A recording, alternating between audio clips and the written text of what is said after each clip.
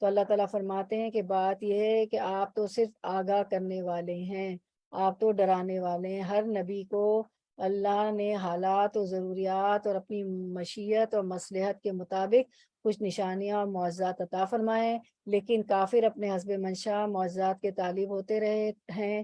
جیسے کہ کفار مکہ نبی صلی اللہ علیہ وسلم کو کہتے ہیں کہ گو صفا کو سونے کا بنا دیا جائے، تو وہ کہتے ہیں کہ کوہ صفا کو سونے کا بنا دیا جائے، صفا مروہ جہاں آپ لوگ صحیح کرتے ہیں، یا پہاڑوں کی جگہ نہریں اور چشمے جاری ہو جائیں وغیرہ وغیرہ۔ اور کبھی کہتے تھے کہ ایک فرشتہ کیوں نہیں نازل کیا گیا جو اس کے ساتھ چلتا، تو ہم مان کے دیتے۔ جب ان کی خواہش کے مطابق معجزہ صادر کر کے نہ دکھایا جاتا تو کہتے ہیں کہ اس پر کوئی نشان معجزہ نازل کیوں نہیں کیا گیا۔ اللہ تعالیٰ نے فرمایا اے پیغمبر آپ کا کام صرف تبلیغ ہے، وما علیک الا البلاغ، وہ تو کرتا ہے، کوئی مانے یا نہ مانے اس سے تجھے کوئی غرض نہیں، اس لیے کہ ہدایت دینا یہ ہمارا کام ہے، تیرا کام راستہ دکھانا ہے، اس راستے پر چلا دینا یہ تیرا کام نہیں ہمارا کام ہے نا۔ تو یہ اور بھی آیتیں میں ملتی جس میں اللہ تعالیٰ فرماتے انک لا تہدی من احببت، آپ جس کو چاہیں اس کو آپ اللہ کے رسول ہدایت نہیں دے سکتے ہیں۔ پھر آگے اللہ تعالیٰ فرماتے ہیں کہ آپ تو ڈرانے والے، اس سے آگے فرماتے فرماتے ہیں وَلِكُلِّ قَوْمٍ ہاد، اور اللہ تعالیٰ فرماتے ہیں اور ہر قوم کے لیے ہادی ہے۔ اور آپ صلی اللہ علیہ وسلم تو بشیر تھے، نذیر تھے، ڈرانے والے تھے، ہادی تھے، داعین اللہ تھے۔ تو یعنی ہر قوم کی ہدایت اور رہنمائی کے لیے اللہ تعالیٰ نے ہادی ضرور بھیجا ہے۔ یہ الگ بات ہے کہ قوموں نے ہدایت کا راستہ اپنایا یا نہیں اپنایا، لیکن سیدھے راستے کی نشاندہی کرنے کے لیے پیغمبر ہر قوم کے اندر ضرور آیا۔ اور پھر ہم یہ آیت دیکھتے ہیں سورۃ الفاتر کی کہ کیا ہے وما منعنا ان نرسل بالآیات الا ان کذب بها الاولون وآتینا ثمود الناقۃ مبصرۃ فظلموا بها وما نرسل بالآیات الا تخویفا، ہمیں نشانات معجزات کے نازل کرنے سے روک صرف اسی کی ہے کہ اگلے لوگ انہیں جھٹلا چکے ہیں۔ ہم نے سمودیوں کو بطور بصیرت کے اونٹنی دی لیکن انہوں نے اس پر ظلم کیا۔ ہم تو لوگوں کو دھمکانے کے لیے نشانیاں بھیجتے ہیں، انہوں نے خود اونٹنی مانگی تھی۔ اللہ تعالیٰ فرما رہے تھے کہ ہم بھیج سکتے، اللہ کے لیے کیا مشکل ہے، معجزات بھیج دے، لیکن قوموں کو ہم نے معجزات دیے تو انہوں نے اسے معجزات دے کے بھی جھٹلا دیا۔ آپ کو پتہ ہے قوم سمود کی اللہ تعالیٰ یہاں پہ مثال دے رہے ہیں کہ انہوں نے خود مانگا تھا کوئی معجزہ تو اونٹنی پہاڑوں سے نکل آئی، اور پھر اللہ تعالیٰ نے فرمایا تھا کہ ایک دن اس کے پانی پینے کا ہے، ایک دن آپ کے پانی پینے کا ہے۔ اور جو اونٹنی بہت پانی پی جاتی تھی تو جو ہے ان سے یہ بات برداشت نہیں ہوئی، اللہ کی انہوں نے نافرمانی کی، معجزہ دیکھنے کے باوجود بھی اس کی پونچھیں کاٹ لی تھی۔ تو یہی چیز اللہ تعالیٰ فرماتے ہیں، اللہ تعالیٰ کے لیے تو کوئی مشکل نہیں ہے۔ پھر اللہ تعالیٰ فرماتے ہیں سورۃ الفاتر میں لیس علیک ہداہم ولکن اللہ یہدی من یشاء ولکن اللہ یہدی من یشاء، انہیں ہدایت پر لا کھڑا کرنا تیرے ذمہ نہیں بلکہ ہدایت اللہ تعالیٰ دیتا ہے جسے چاہتا ہے، تو اللہ تعالیٰ جسے چاہتا ہے ہدایت دیتا ہے۔ اور پھر فرمایا، یہ تو سورۃ البقرہ کی آیت تھی 272، اور سورۃ الفاتر میں بھی اللہ تعالیٰ فرماتے وَإِن مِّنْ أُمَّةٍ إِلَّا خَلَا فِيهَا نَذِيرٌ، اور کوئی امت ایسی نہیں ہوئی جس میں کوئی ڈر سنانے والا نہ گزرا ہوا۔ کوئی بھی قیامت کے دن یہ نہیں کہے گا اگر وہ دوزخ میں نعوذ باللہ ڈالے جا رہے ہوں گے کہ کوئی ڈرانے والا، کوئی نذیر، کوئی بشیر، کوئی ہمیں ڈرانے والا نہیں آیا۔ ہر قوم میں اللہ تعالیٰ نے انبیاء، رسول، نبی، پیغمبر بھیجے جو اللہ سے جوڑتے رہے، اللہ کی وحدانیت بتاتے رہے، اور جو ہے کس طرح زندگی گزارنا ہے۔ ہر قوم میں اللہ نے ہادی بھیجا اور وہ ہدایت دیتے رہے اللہ کی طرف سے، جو بھی ان کو کتابیں ملی تھی، تورات، زبور، انجیل، صحف ابراہیم و موسیٰ۔ تو حجت تمام ہو گئی دنیا میں، اللہ تعالیٰ حجت تمام کیے بغیر نہ دنیا میں عذاب بھیجا اللہ تعالیٰ نے۔ جب قوم نے مان کے نہیں دیا، ان کو ڈھیل دی، عذاب سے بھی ڈرایا، پھر ان کو خوب ڈھیل دی، مہلت دی، وہ نہیں مانے تو پھر عذاب الہی پھر آیا ان قوموں پہ، قوم عاد، سمود، شعیب، لوط علیہ السلام سب کی۔ اور یہاں بھی اللہ تعالیٰ یہی بات بتا رہے ہیں، اور کوئی بھی ہم میں سے بھی کوئی بھی اللہ تعالیٰ میں بچایا، جنت الفردوس میں جگہ دے، آگ کے عذاب سے بچائے، کوئی نعوذ باللہ جا رہا ہوگا تو کوئی نہیں کہہ سکے گا کہ ہمیں کوئی نبی یا رسول نہیں آیا تھا، کہ ہمیں کوئی ہدایت نہیں ملی تھی، کوئی گائیڈنس نہیں ملا تھا۔ تو اللہ تعالیٰ ہمیں ہدایت والے راستے پہ چلا دے، صراط المستقیم، صراط مستقیم پہ چلا بھی دے، دکھا بھی دے، اور اس پہ ہمیں استقامت بھی دے، اسٹیٹ فاسٹ بھی رکھے، اور جو ہے شیطان کے ہتھ کنڈوں سے بچائے، دنیا کی جو رونق ہے، اور جس میں ابھی اللہ تعالیٰ نے فرمایا کہ تمہیں جو ان کی بات سے اللہ کے آپ سسم کو فرمایا کہ تعجب ہو رہا ہے، تو جو عجیب عجیب باتیں ہیں، جو ڈیلوژن ہے دنیا کے، جو ان سے اللہ تعالیٰ ہمیں بچائے، شیطان کے ہتھ کنڈوں سے بچائے، ہوائے نفس سے بچائے، آمین یا رب العالمین، اور اللہ کی رضا حاصل ہو جائے، اور جو ہم قرآن و سنت پڑھتے ہیں اس پہ چلنے والا، عمل کرنے والا بنا دے، کیونکہ علم جو ہے عمل کے بغیر تو بیکاری ہے، جیسے کہ اللہ تعالیٰ نے قرآن میں فرمایا کہ جیسے گدھے پہ بوجھ لادا جاتا ہے تو پھر بوجھ اٹھائے ہوئے نا ہم عمل نہیں۔ میں فرسٹ لیسن فور میں بھی اور آپ بھی انشاءاللہ، اللہم انا نسألک جنت الفردوس الاعلی واعوذ بک من النار، اے اللہ ہم جنت الفردوس کی مانگتے ہیں، اور جو ہے دوزخ کے عذاب سے ہم پناہ چاہتے ہیں۔ چلیں ہم اسی پہ اینڈ کرتے ہیں انشاءاللہ۔ ٹارگیٹ تو بہت ہوتا ہے کہ بہت سی آیتیں کر لیں، مگر جتنی ٹائم اجازت دیتا ہے۔ سبحانک اللہم سبحان ربک رب العزت عما یصفون وسلام علی المرسلین والحمد للہ رب العالمین۔ ربنا تقبل منا انک انت السمیع العلیم وتب علینا انک انت التواب الرحیم وآخر دعوانا ان الحمد للہ رب العالمین۔ سبحانک اللہم وبحمدک نشہد ان لا الہ الا انت نستغفرک ونتوب الیک۔ السلام علیکم ورحمۃ اللہ وبرکاتہ۔ انشاءاللہ اب جو ہے بدھ کو ملاقات ہوگی، سورۃ الرعد کے ساتھ حاضر ہوں گے۔ بارک اللہ فی علمک و عملک و رزقکم و اوقاتکم و اہلکم و مالکم۔ اللہ تعالیٰ آپ کے میرے علم میں، عمل میں، رزق میں، اوقات میں، فیملی میں، اہل و عیال میں برکت عطا فرمائے، اور ہمارا آنا بیٹھنا قبول فرمائے، آمین یا رب العالمین۔ آپ میں سے کوئی بات رکھنا چاہیے ان آیات سے متعلق تو ضرور بات رکھیں۔ تو ہمارا ٹارگیٹ تو آیت 13 تک پہنچنے تھا، جس میں رات سے متعلق، ہوا سے متعلق اور ٹھنڈر سے متعلق دعا بھی تھی۔ انشاءاللہ نیکسٹ ٹائم